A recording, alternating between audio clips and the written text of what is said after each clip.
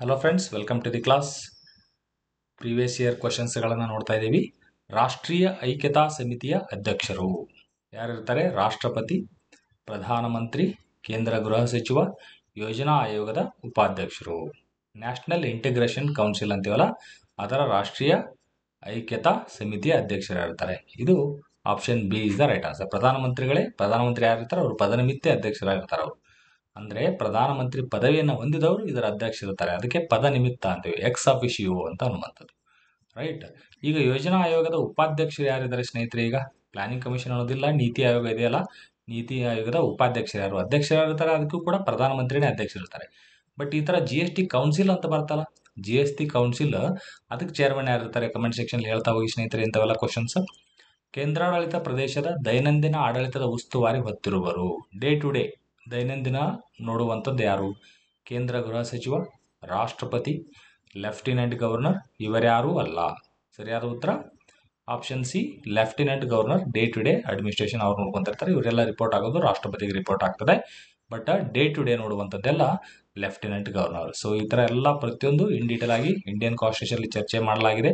ಸಂಕಟಿ ಅಕಾಡೆಮಿಯಲ್ಲಿ ಇವೆಲ್ಲ ಕೋರ್ಸ್ಗಳು ಸಿಗ್ತದೆ. PSI ತುಂಬ ಎಸ್ಸೆಗಳು ಕೂಡ, PSI KS ಗೆಲ್ಲ ಯೂಸ್ಫುಲ್ ಆಗುವಂಥ ಎಸ್ಸೆಗಳು. ಎಕನಾಮಿ, ಆರ್ಥಿಕ ಸಮಸ್ಯೆ, Karnataka, India economic survey, and ನಂತರದಲ್ಲಿ ಕೇಂದ್ರ ಸರ್ಕಾರದ ಯೋಜನೆ, ರಾಜ್ಯ ಸರ್ಕಾರದ ಯೋಜನೆ ಎಲ್ಲವೂ ಇನ್ ಡೀಟೇಲ್ ಆಗಿ ಕವರ್ ಆಗ್ತಾ ಹೋಗಿದೆ. Group B post backward class welfare officer, ಹಿಂದುಳಿದ ವರ್ಗಗಳ ಕಲ್ಯಾಣಾಧಿಕಾರಿ. ಇದಕ್ಕೆ ಸಂಬಂಧಪಟ್ಟಂಗೆ PDF ಆ್ಯಂಡ್ ಕ್ಲಾಸಸ್ಗಳು ಸಿಗ್ತಾ ಹೋಗುತ್ತೆ. 1 ರಿಂದ 15 ಯೂನಿಟ್ಸ್ ಇಲ್ಲಿ ಚಾಪ್ಟರ್ ಸಿಲೆಬಸ್ ವೈಸ್ ಕೊಟ್ಟಿದ್ದಾರೆ.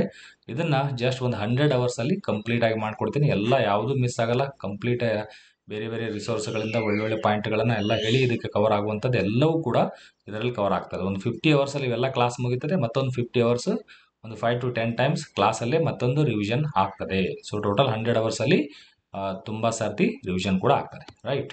ಇದೆಲ್ಲವೂ ನಿಮಗೆ ಸಂಗಟಿ ಅಕಾಡೆಮಿಯಲ್ಲಿ ಸಿಗ್ತಾ ಇರ್ತದೆ. ಅದನ್ನ ನೋಡ್ತಾ ಹೋಗಿ. ತನ್ನ ಮೂಲಭೂತ ಹಕ್ಕುಗಳು ಉಲ್ಲಂಘನೆ ಆದವೆಂದು ಭಾರತೀಯ ಪ್ರಜೆಯೊಬ್ಬ ಸುಪ್ರೀಂ ಕೋರ್ಟಿಗೆ ಯಾವ ವಿಧಿ ಅನ್ವಯ ಅರ್ಜಿ ಸಲ್ಲಿಸಬಹುದು? 19, 32, 34, 21. ಇದು ಡೈರೆಕ್ಟ್ ಕ್ವಶನ್. 32ನೇ ಆರ್ಟಿಕಲ್ ಪ್ರಕಾರ ಅವರು ಮೂಲಭೂತ ಹಕ್ಕು ಉಲ್ಲಂಘನೆ ಆದರೆ ಹೋಗ್ಬೋದು. ಡೈರೆಕ್ಟ್ ಎಲ್ಲಿಗೆ? ಸುಪ್ರೀಂ ಕೋರ್ಟಿಗೆ ಹೋಗ್ಬೋದು. ಯಾರ್ಯಾರ ಹತ್ರ ಹೋಗ್ಬೋದು? ಹೈಕೋರ್ಟಿಗೂ ಹೋಗ್ಬೋದು ಬೇಕಾದ್ರೆ ಫಸ್ಟ್, ಅಥವಾ ಡೈರೆಕ್ಟ್ ಆಗಿ ಬೇಡ, ನಮಗೆ ಹೈಕೋರ್ಟ್ ಎಲ್ಲ ಬೇಡ, ಸುಪ್ರೀಂ ಕೋರ್ಟಿಗೆ ಬೇಕಂದ್ರೆ ಸುಪ್ರೀಂ ಕೋರ್ಟಿಗೂ ಹೋಗ್ಬೋದು. ಸುಪ್ರೀಂ ಕೋರ್ಟಿಗೆ ಹೋಗ್ಬೇಕಂತಿದೆಯಾ? ಹಂಗೇನಿಲ್ಲ. 32ನೇ ಆರ್ಟಿಕಲ್ ಪ್ರಕಾರ ಸುಪ್ರೀಂ ಕೋರ್ಟಿಗೆ ಹೋಗ್ಬೇಕು.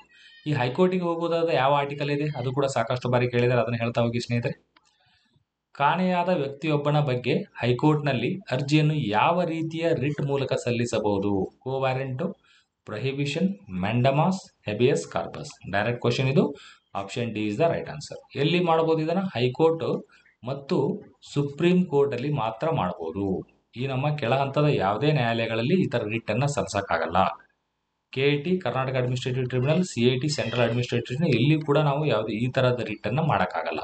ಇದು ಕೇವಲ ಹೈಕೋರ್ಟ್ ಮತ್ತು ಸುಪ್ರೀಂ ಕೋರ್ಟ್ ಅಲ್ಲಿ ಮಾತ್ರ ಮಾಡುವಂಥದ್ದು. ಪಾರ್ಲಿಮೆಂಟಿನ 2 ಅಧಿವೇಶನಗಳ ಮಧ್ಯೆ ಇರಬೇಕಾದ ಅತ್ಯಧಿಕ ಅಂತರ 3 ತಿಂಗಳು, 4 ತಿಂಗಳು, 6 ತಿಂಗಳು, 2 ತಿಂಗಳು. ಇಲ್ಲಿ ಮ್ಯಾಕ್ಸಿಮಮ್ ಎಷ್ಟಿರುವಂಥದ್ದು? 6 ತಿಂಗಳು ಮ್ಯಾಕ್ಸಿಮಮ್. ಅದಕ್ಕಿಂತ ಜಾಸ್ತಿ ಮೀರುವಂಗಿಲ್ಲ. ಈಗ ಒಂದು ಅಧಿವೇಶನ ಸ್ಟಾರ್ಟ್ ಆಗಿದೆ ಅನ್ಕೊಳ್ಳಿ, ಇಲ್ಲಿ ಸ್ಟಾರ್ಟ್ ಆಯ್ತು, ನಂತರ ಇದು ಎಂಡ್ ಆಯ್ತು ಅಂತ ಹೇಳ್ಕೊಳ್ಳಿ. ಎಂಡ್, ಮುಕ್ತಾಯ ಆಯ್ತು. ಈ ಮುಕ್ತಾಯ ಆದಾಗ ಗ್ಯಾಪ್ ಎಷ್ಟಿರಬೇಕು? ಈ ಗ್ಯಾಪ್ ಮ್ಯಾಕ್ಸಿಮಮ್ ಅನ್ನುವಂಥದ್ದು ನಿಮಗೆ ಮತ್ತೆ ಸ್ಟಾರ್ಟ್ ಆಗಬೇಕಾದ್ರೆ ಗ್ಯಾಪ್ 6 ತಿಂಗಳಷ್ಟೇ ಗ್ಯಾಪ್ ಇರಬೇಕು. ಅದಕ್ಕಿಂತ ಜಾಸ್ತಿ ಇರುವಂಗಿಲ್ಲ. ಸಂವಿಧಾನದಲ್ಲೇ ಕೊಟ್ಟಿದ್ದಾರೆ.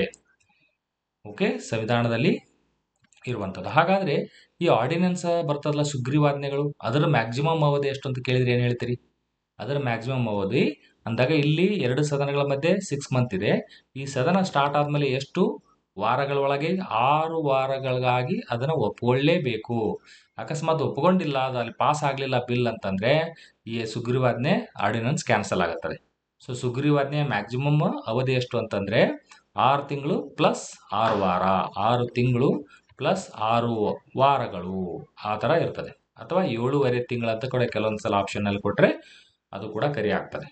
ಆಕ್ಚುಲಿ 6 ವಾರ, 2 ಸದನ ಸೇರಿದ ಮೇಲೆ 6 ವಾರಗಳ ಕಾಲ ಅದು ಚಾಲ್ತಿಯಲ್ಲಿರ್ತದೆ ಆರ್ಡಿನೆನ್ಸ್. ಓಕೆ, ಈಗ 2 ಸದನ ಇಲ್ಲಿ ಇಲ್ಲದೆ ಇದ್ದಾಗ ಮಾತ್ರ ಅದನ್ನ ಏನ್ ಮಾಡಿರ್ತಾರೆ? ನಿಮಗೆ ಆರ್ಡಿನೆನ್ಸ್ ಅನ್ನು ಹೊಡಿಸ್ತಾರೆ. ಯಾವ್ದಾದ್ರು ಒಂದು ಸದನ ನಡೀತಾ ಇದೆ, ರನ್ನಿಂಗ್ ಅಲ್ಲಿ ಇದೆ, ಇನ್ನೊಂದು ಸದನ ಇರೋದಿಲ್ಲ, ಅವಾಗ ಆರ್ಡಿನೆನ್ಸ್ ಅನ್ನು ಹೊಡಿಸ್ಬೋದಾ? ಎಸ್, ಹೊಡಿಸ್ಬೋದು, ತೊಂದರೆ ಇಲ್ಲ. 2 ಸದನ ಇದ್ದಾಗ, 2 ಸದನ ನಡೀತಾ ಇರುವಾಗ, ಸೆಷನ್ ನಡೀತಾ ಇರುವಾಗ ಅವಾಗ ಏನಾದರೂ ಆರ್ಡಿನೆನ್ಸ್ ಹೊಡ್ಸಕ್ಕೆ ಬರಲ್ಲ, ಅವಾಗ ಬರೋದಿಲ್ಲ. ಯಾವುದಾದ್ರೂ ಒಂದು ಸದನ ಅಥವಾ ಎರಡೂ ಸದನ ನೀವು ಸೆಷನ್ ನಡೀತಾ ಇರಲಿಲ್ಲ ಅಂತಂದರೆ ಅವಾಗಷ್ಟೇ ಆರ್ಡಿನೆನ್ಸನ್ನು ಹೊಡಿಸ್ಬೋದು. ಆರ್ಡಿನೆನ್ಸದು ಎಲ್ಲಿವರೆಗೆ ಇರ್ತದೆ ಅಂದರೆ ವಾಪಸ್ ಎರಡೂ ಸದನಗಳು ಸೇರ್ತಾವಲ್ಲ, ಆ ಸೇರಿದ ಡೇಟಿನಿಂದ 6 ವಾರ. ಯಾವ ಡೇಟು? ಈಗ ಇವತ್ತು ನಮಗೆ ಲೋಕಸಭಾ ಸೇರುತ್ತೆ ಅಂತ ಅಂದ್ಕೊಳ್ಳಿ, ಇನ್ನೊಂದು 2 ದಿನ ಬಿಟ್ಟು, ಇನ್ನೊಂದು 2 ಡೇಸ್ ಬಿಟ್ಟು ರಾಜ್ಯಸಭೆ ಸೇರುತ್ತೆ. ಸೊ ಎರಡೂ ಸೇರಿದ್ದು ಈ ದಿನಾಂಕ ಇರೋದ್ರಿಂದ ಇಲ್ಲಿಂದ 6 ವಾರಗಳ ಟೈಮ್. ಇಲ್ಲಿಂದ 6 ವಾರ. ಈ ಲೋಕಸಭೆ ಸ್ಟಾರ್ಟ್ ಆಗಿದೆ ಅಂತೇಳಿ ಇಲ್ಲಿಂದ 6 ವಾರ ಮಾಡೋಂಗಿಲ್ಲ, ಎರಡೂ ಸದನ ಆಗಬೇಕು. ಯಾಕಂದ್ರೆ ಎರಡೂ ಒಟ್ಟಿಗೆ ಆಗಲ್ಲ. ಕೆಲವೊಂದ್ಸಲ ಫಸ್ಟು ಲೋಕಸಭಾ ಸ್ಟಾರ್ಟ್ ಆಗಿರ್ತದೆ, ಮತ್ತೊಂದು ಸ್ವಲ್ಪ ದಿನ ಬಿಟ್ಟು ರಾಜ್ಯಸಭಾ, ಆ ಥರ ಏನು ರೂಲ್ಸ್ ಇಲ್ಲ. ಬಟ್ ಕೆಲವೊಂದ್ಸಲ ಆ ಥರ ಆದಾಗ ಎರಡೂ ಸದನ ಒಟ್ಟಿಗೆ ಸ್ಟಾರ್ಟ್ ಆದಮೇಲೆ ಅವಾಗ 6 ವಾರಗಳ ಟೈಮ್ ಇರುತ್ತೆ. 6 ವಾರಗಳಿಗಾಗಿ ಅದು ಕಂಪಲ್ಸರಿ ಒಪ್ಪಿಕೊಳ್ಳೇಬೇಕು. ಇಲ್ಲ ಅಂತಂದರೆ ಅದು ಲ್ಯಾಪ್ಸ್ ಆಗ್ತದೆ. ಬಟ್ ಇದು ಸ್ಟಾರ್ಟ್ ಆಗಿದ್ದ ಆರ್ಡಿನೆನ್ಸ್ ಸ್ಟಾರ್ಟ್ ಆದಾಗಿಂದ ಹಿಡಿದು ಇಲ್ಲಿ ಲ್ಯಾಪ್ಸ್ ಆಗೋವರೆಗೂ ಅದರದ್ದು ಏನೇನು ಕೆಲಸ ನಡೆದಿರ್ತದೆ ಅದು ವ್ಯಾಲಿಡ್ ಇರ್ತದೆ, ಅಲ್ಲಿವರೆಗೂ ವ್ಯಾಲಿಡ್ ಅದು. ಓಕೆ, ಅದು ಲ್ಯಾಪ್ಸ್ ಆದಮೇಲೆ ಅಲ್ಲಿಂದ ಸ್ಟಾಪ್ ಆಗುತ್ತೆ, ಅಲ್ಲಿವರೆಗೂ ಇದ್ದಿದ್ದ ಕೆಲಸಗಳು ಓಕೆ ಇರ್ತದೆ, ಏನು ತೊಂದರೆ ಇರಲ್ಲ. ಇಲ್ಲಿ ಅಖಿಲ ಭಾರತ ಸೇವೆಗಳ ಸದಸ್ಯರನ್ನು ಯಾರು ನೇಮಿಸುತ್ತಾರೆ? ಆಲ್ ಇಂಡಿಯಾ ಸರ್ವಿಸ್ ಮೆಂಬರ್ಸ್ ಇರ್ತಾರಲ್ಲ, ಅವ್ರನ್ನ ನೇಮಿಸೋದು ಯಾರು? ಕೇಂದ್ರ ಗೃಹ ಸಚಿವರು, ಕೇಂದ್ರ ಲೋಕಸಭಾ ಅಧ್ಯಕ್ಷರು, ರಾಷ್ಟ್ರಪತಿಗಳು, ಪ್ರಧಾನಮಂತ್ರಿಗಳು. ಇದು ಕೂಡ ಡೈರೆಕ್ಟ್ ಕ್ವಶನ್ ಇರುವಂಥದ್ದು. ರಾಷ್ಟ್ರಪತಿಗಳು. ಅಖಿಲ ಭಾರತ ಸೇವೆ ಯಾವುದು? All India service. ಯಾವುದು ಇರೋದೇ 3 ಅದಾವ, 3 ಸರ್ವಿಸ್. ಒಂದು IAS, ಇಂಡಿಯನ್ ಅಡ್ಮಿನಿಸ್ಟ್ರೇಟಿವ್ ಸರ್ವಿಸ್, ನಂತರ ಇಂಡಿಯನ್ ಫಾರಿನ್ ಸರ್ವಿಸ್, ನಂತರ ಫಾರಿನ್ನ ಕರೆಕ್ಟ್ ಅದು? No, Indian forest. ಇದು ಇಂಡಿಯನ್ ಫಾರಿನ್ ಸರ್ವಿಸ್ ಇದೆಯಲ್ಲ, ಇಂಡಿಯನ್ ಫಾರಿನ್ ಸರ್ವಿಸ್ ಅನ್ನೋದು ಇದು ಸೆಂಟ್ರಲ್ ಸರ್ವಿಸಸ್, ಕೇಂದ್ರ ಸೇವೆ. ಅದು IRS ಇದೆಯಲ್ಲ, Indian revenue service, IRS IT ಮತ್ತು IRS ಕಸ್ಟಮ್ಸ್ ಆ್ಯಂಡ್ ಎಕ್ಸೈಸ್ ಅಂತ ಕರಿತೀವಲ್ಲ, ಇವೆಲ್ಲವೂ ಕೂಡ ಸೆಂಟ್ರಲ್ ಸರ್ವಿಸಸ್. ಇವು IFS, Indian foreign service, central service, ಕೇಂದ್ರ ಸೇವೆಗಳಷ್ಟೇ. ಇಲ್ಲಿ IFOS ಅಥವಾ IFS ಅಂತ ಕೂಡ ಕರಿತೀವಿ. ಇದನ್ನು ಕೂಡ ಓ ಅಂತಂದರೆ ಫಾರೆಸ್ಟ್, ಇದು ಇಂಡಿಯನ್ ಫಾರೆಸ್ಟ್ ಸರ್ವಿಸ್, ಅದು ನಿಮಗೆ ಆಲ್ ಇಂಡಿಯಾ ಸರ್ವಿಸ್. ನಂತರದಲ್ಲಿ IPS, ಇಂಡಿಯನ್ ಪೊಲೀಸ್ ಸರ್ವಿಸ್. ಈ ಥರ ಈ 3 ಸರ್ವಿಸ್ಗಳು ಏನಿದಾವು ಆಲ್ ಇಂಡಿಯಾ ಸರ್ವಿಸ್. ಅಂದರೆ ಕೇಂದ್ರ ಸರ್ಕಾರ ರಿಕ್ರೂಟ್ ಮಾಡುತ್ತೆ, ರಾಷ್ಟ್ರಪತಿಗಳು ಅವರಿಗೆ ನೇಮಕಾತಿ ಕೊಡ್ತಾರೆ, ಬಟ್ ಕೆಲಸ ಮಾಡೋದು ರಾಜ್ಯ ಮಟ್ಟದಲ್ಲಿ, ರಾಜ್ಯದ ಕ್ಯಾಡರಲ್ಲಿ ಕೆಲಸ ಮಾಡ್ತಾರೆ. ಆ ರೀತಿ ಇರ್ತದೆ. ಓಕೆ, ಈ ಹೊಸ ಆಲ್ ಇಂಡಿಯಾ ಸೃಷ್ಟಿ ಮಾಡಬೇಕಾದ್ರೆ ಯಾರಿಗೆ ಹೆಚ್ಚಿನ ಅಧಿಕಾರ ಇದೆ? ಅದೊಂದು ಕಮೆಂಟಲ್ಲಿ ಹೇಳಿ, ಸಾಕಷ್ಟು ಬಾರಿ ಕೇಳಿದ್ದಾರೆ ಅದನ್ನು. ಪರಿಶಿಷ್ಟ ಜಾತಿ ಮತ್ತು ಪಂಗಡ ಸದಸ್ಯರಿಗೆ ಮೀಸಲಾತಿಯನ್ನು ಎಲ್ಲಿವರೆಗೆ ವಿಸ್ತರಿಸಲಾಗಿದೆ? 2007ರಲ್ಲಿ ಕ್ವಶನ್ ಕೇಳಿದ್ದಾರೆ. ಇದನ್ನು ಎಲ್ಲಿವರೆಗೆ ಮಾಡಿದ್ದಾರೆ? ಅದ್ರ ಇಮಿಡಿಯೇಟ್ ನೆಕ್ಸ್ಟ್ ಯಾವ್ದಿರ್ತದೆ ಅಲ್ಲಿವರೆಗೆ ಮಾಡಿರ್ತಾರೆ. ಹೌದಾ? 2007ಕ್ಕೆ ಯಾಕೆ ಮಾಡಿದ್ದಾರೆ ಅಂತಂದರೆ ಇಲ್ಲಿ 2010ಕ್ಕೆ, ಅದ್ರ ಹಿಂದಿಂದು 2010ಕ್ಕೆ ಮುಗಿತಿರ್ತದೆ. ಅದಕ್ಕೆ ಇದನ್ನು 2020ವರೆಗೂ ಅಂತ ಆಗಿನ ಟೈಮಲ್ಲಿ. ಈಗ ನೀವು ನೆನ್ಪಿಡ್ಬೇಕಾದ್ರೆ ಏನಂದರೆ ಈಗ ಎಲ್ಲಿವರೆಗೆ ಮಾಡಿದ್ದಾರೆ? 2030ರವರೆಗೆ ಮಾಡಿದ್ದಾರೆ. ಈಗ ಇದು ಕ್ವಶನ್ ಬಂತಂದರೆ SC ST ಅವರಿಗೆ ಮೀಸಲಾತಿ, ಲೋಕಸಭೆ ಮತ್ತು ವಿಧಾನಸಭೆಯಲ್ಲಿ ಮೀಸಲಾತಿಯನ್ನು ಎಲ್ಲಿವರೆಗೆ ಇಡಲಾಗಿದೆ ಅಂತಂದರೆ 2030ರವರೆಗೆ. ಎಷ್ಟಿದಾವೆ ಸ್ನೇಹಿತರೆ ಸೀಟ್ಗಳು? ಎಷ್ಟು ಸೀಟುಗಳು? ಕರ್ನಾಟಕದಲ್ಲಿ 36 SCಗೆ ರಿಸರ್ವ್ ಇದಾವೆ ವಿಧಾನಸಭೆಯಲ್ಲಿ. ಓಕೆ, ಇದರಲ್ಲಿ 15 ಇದಾವು. ಕರೆಕ್ಟಾ? 36, 15. ಇಲ್ಲಿ 84, ಕೇಂದ್ರದಲ್ಲಿ ಟೋಟಲ್ 543 ಕಾನ್ಸ್ಟಿಟ್ಯೂನ್ಸಿ 84, ಇದು 47 ST ಅವರಿಗೆ ರಿಸರ್ವೇಷನ್ ಇದೆ. ಓಕೆ, ಈ ರೀತಿ ಕ್ವಶನ್ಸ್ ಕೇಳ್ತಿರ್ತಾರೆ, ಇದು ನೆನ್ಪಿಟ್ಕೋಬೇಕು, ಮಿಸ್ ಆಗಬಾರ್ದು. ಇಂಥವೆಲ್ಲ ನಾನು ಮತ್ತೆ ಡಿಸ್ಕಸ್ ಮಾಡ್ತೇನೆ. ಈಗ ಯಾವ ತಿದ್ದುಪಡಿ ಮೂಲಕ? ಇದು 104ನೇ ಸಂವಿಧಾನ ತಿದ್ದುಪಡಿ ಮೂಲಕ SC ST ಅವ್ರಿಗೆ ರಿಸರ್ವೇಷನ್ 10 ವರ್ಷ ಮುಂದೂಡಲಾಯಿತು, 2030ರವರೆಗೆ ಇದೆ. ಬಿಲ್ ನಂಬರ್ ಎಷ್ಟು? 104, 126ನೇ ಬಿಲ್, ಮಸೂದೆ ಸಂಖ್ಯೆ.